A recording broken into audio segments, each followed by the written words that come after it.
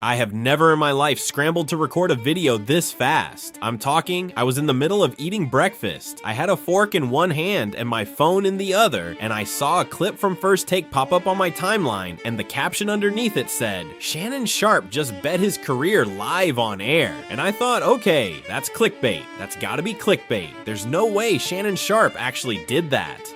So I clicked on it expecting some exaggerated headline about a mild prediction that got blown out of proportion by social media. But what I watched in the next 30 seconds made me put my fork down, push my plate away, and stare at my screen with my mouth wide open, because Shannon Sharpe did not just bet his career.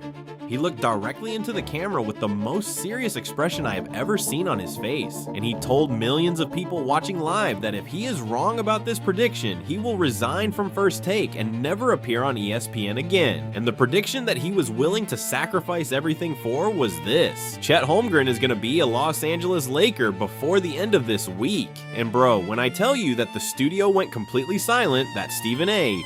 Smith looked like he had just seen a ghost, that Molly Karam physically leaned back in her chair like she was trying to create distance from what she was witnessing. I am not exaggerating even a little bit. This was the single most shocking moment I have ever seen on First Take. And by the time Shannon finished laying out his case, by the time he finished presenting his evidence and his sources and his reasoning, I didn't just believe him. I was ready to bet my own channel on it.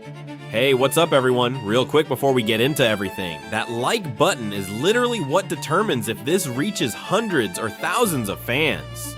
Takes 1 second, but makes a huge impact on the channel's growth. Just smash that like button right now. It's the easiest thing you can do, but honestly the biggest way to support this content. Every single like pushes this further, so hit it now.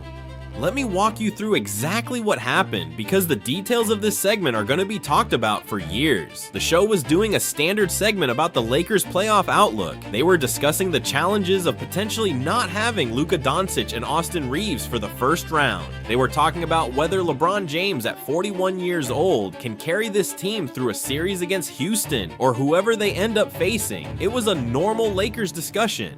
The kind of conversation that happens every single day on every single sports show. And Stephen A. was in the middle of making a point about how the Lakers need to add another impact player this offseason if they're serious about contending, when Shannon interrupted him. And Shannon never interrupts Stephen A. That's not how the dynamic works on that show. Stephen A. talks. Shannon waits his turn. They go back and forth, but this time, Shannon literally put his hand up and said, "Hold on, stop.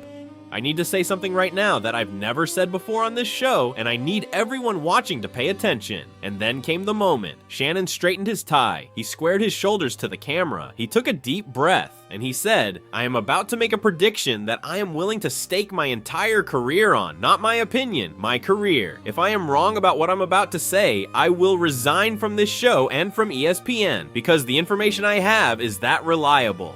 Chet Holmgren will be a Los Angeles Laker before this week is over." The silence in that studio lasted what felt like an eternity. Stephen A. literally blinked about 6 times in rapid succession, like his brain was trying to process what he just heard. Molly immediately said, "Shannon, I don't think you should be making that kind of statement. That's your livelihood you're talking about." And Shannon, without breaking eye contact with the camera, said, "Molly, I appreciate you looking out for me, but I've never been more certain of anything in my professional life. This is happening." And then he started building his case, and what followed was the most detailed, most passionate, most convincing argument I have ever heard Shannon Sharpe make about anything in his entire career on television. He started with the Lakers' biggest structural weakness, which is the front court, and he framed it in a way that made you realize just how perfectly Chet Holmgren solves every single problem the Lakers have been dealing with. He said the Lakers have been trying for years to find a front court partner for Anthony Davis who can protect the rim without clogging the paint. That's been the holy grail for this franchise ever since the 2020 championship, when they had different big man combinations that worked because they were physical enough to defend but spaced enough to not get in LeBron's way on offense. Since then, the Lakers have tried a dozen different centers and power forwards, and none of them have given them what they truly need, which is a big man who can protect the rim at an elite level, and shoot from the perimeter, and move the ball, and switch defensively, and run the floor in transition. That combination of skills essentially doesn't exist in the NBA. There are maybe 3 or 4 players in the entire league who can do all of those things, and Chet Holmgren is one of them. In fact, Shannon argued Chet might be the best example of that archetype in the entire NBA because he's 7 feet tall with a 7'6" wingspan, he blocks shots at an elite rate, and he can legitimately shoot threes at a high clip for a center. That combination is so rare that it borders on unprecedented, and the Lakers have the opportunity to add that player to a roster that already has LeBron James and Anthony Davis. The implications of that are staggering. And then Shannon went even deeper into the basketball fit, and this is where Stephen A started slowly nodding his head because the logic was undeniable. He said, think about what happens when you put Chet Holmgren on the floor with Anthony Davis. Defensively, you have two 7-footers who can both protect the rim. That means AD doesn't have to be the only rim protector anymore. He can defend further from the basket, take on tougher perimeter matchups, roam as a help defender, and play with more freedom because he knows that if someone gets past him, Chet is back there as the secondary rim protector. And for AD, who has dealt with injury issues partially because of the physical toll of being the sole rim protector, having Chet there to share that burden could extend his career and keep him healthier throughout the season. One analyst later noted that AD's injury history correlates with the physical wear of always having to be the last line of defense, and that having another elite shot blocker could literally add years to his career by reducing the number of high-impact collisions he has to absorb. But here's where it got even more exciting. Shannon said offensively, the pairing of Chet and AD is something that has never existed before in the NBA. Because most two big lineups in basketball history have suffered from spacing issues. You put two traditional centers on the floor, and the paint is clogged and nobody can drive to the basket. But Chet isn't a traditional center. He can stand on the three-point line and knock down open threes with consistency. So when you put him on the floor with AD, you don't lose spacing. You actually improve it because now the opposing center has a choice. Does he stay near the rim to protect against AD post-ups and drives? If he does, Chet is wide open on the perimeter for 3. Does he come out to guard Chet on the three-point line? If he does, the paint is wide open for AD to work in the post or for LeBron to drive to the basket. There's no good answer for the defense. It's a pick-your-poison situation where every option leads to an easy basket for the Lakers. And that kind of offensive versatility from the center position is something that championship teams are built on in the modern NBA. Then Shannon made the point that I think was the most important of the entire segment. He talked about the future. He said LeBron James is 41 years old. He's in year 23. No matter how incredible he still is, and he is still incredible, his career is winding down. The Lakers need to start thinking about what this franchise looks like after LeBron.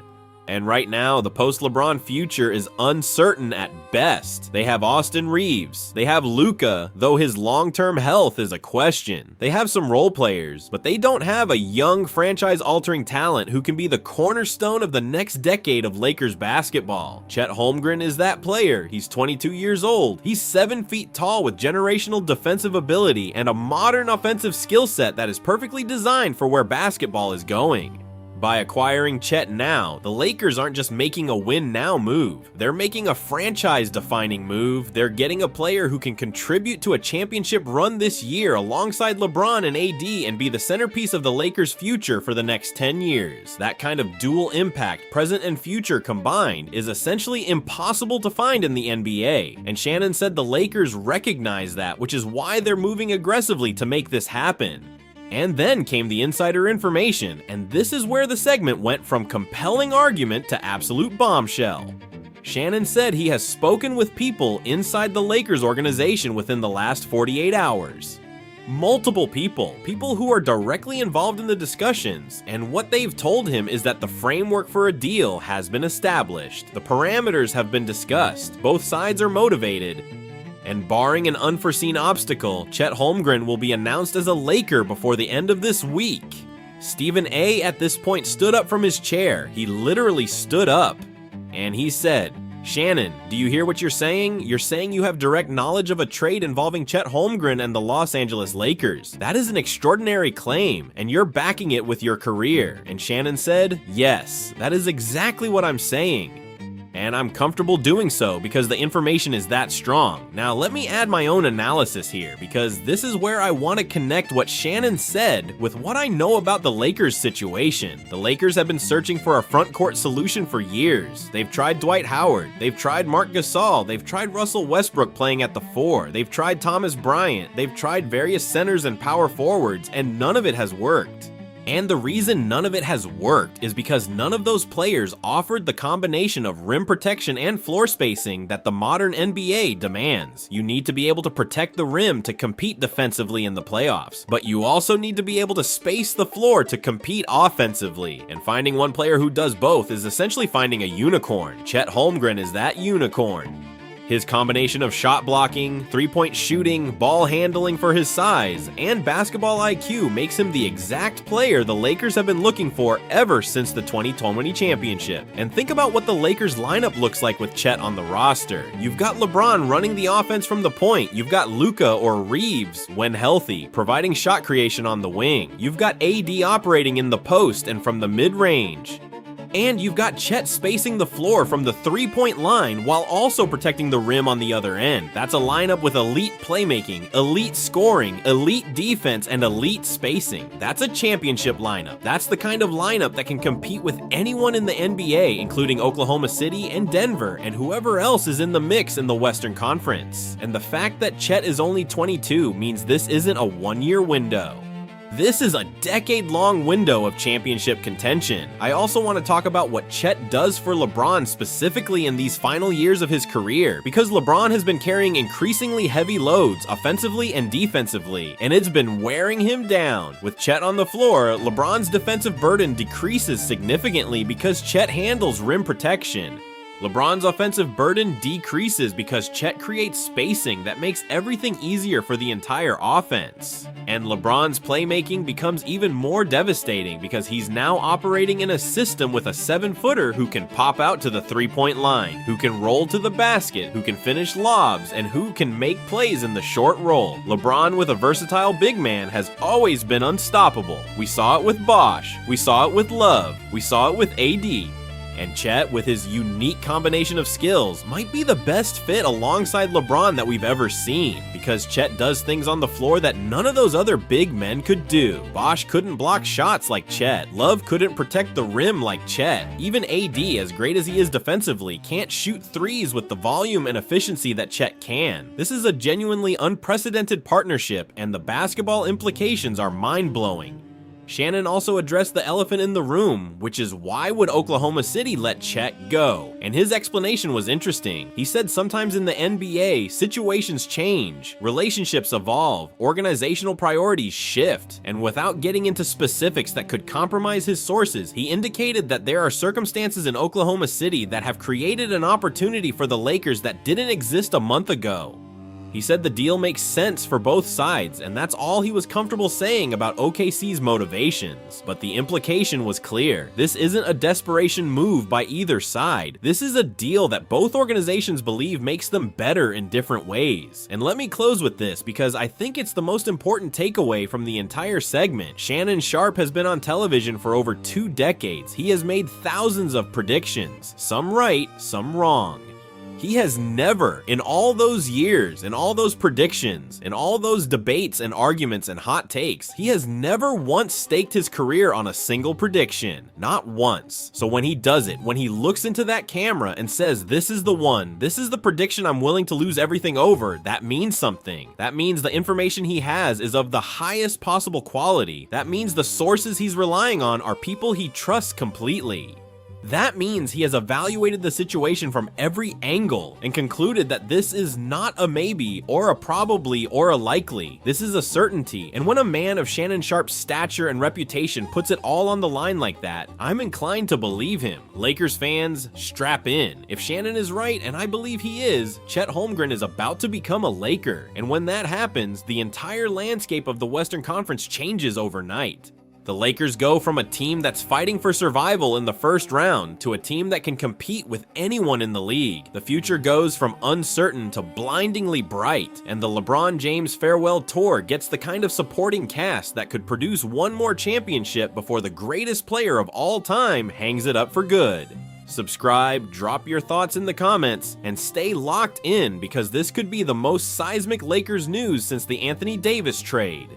Let's go.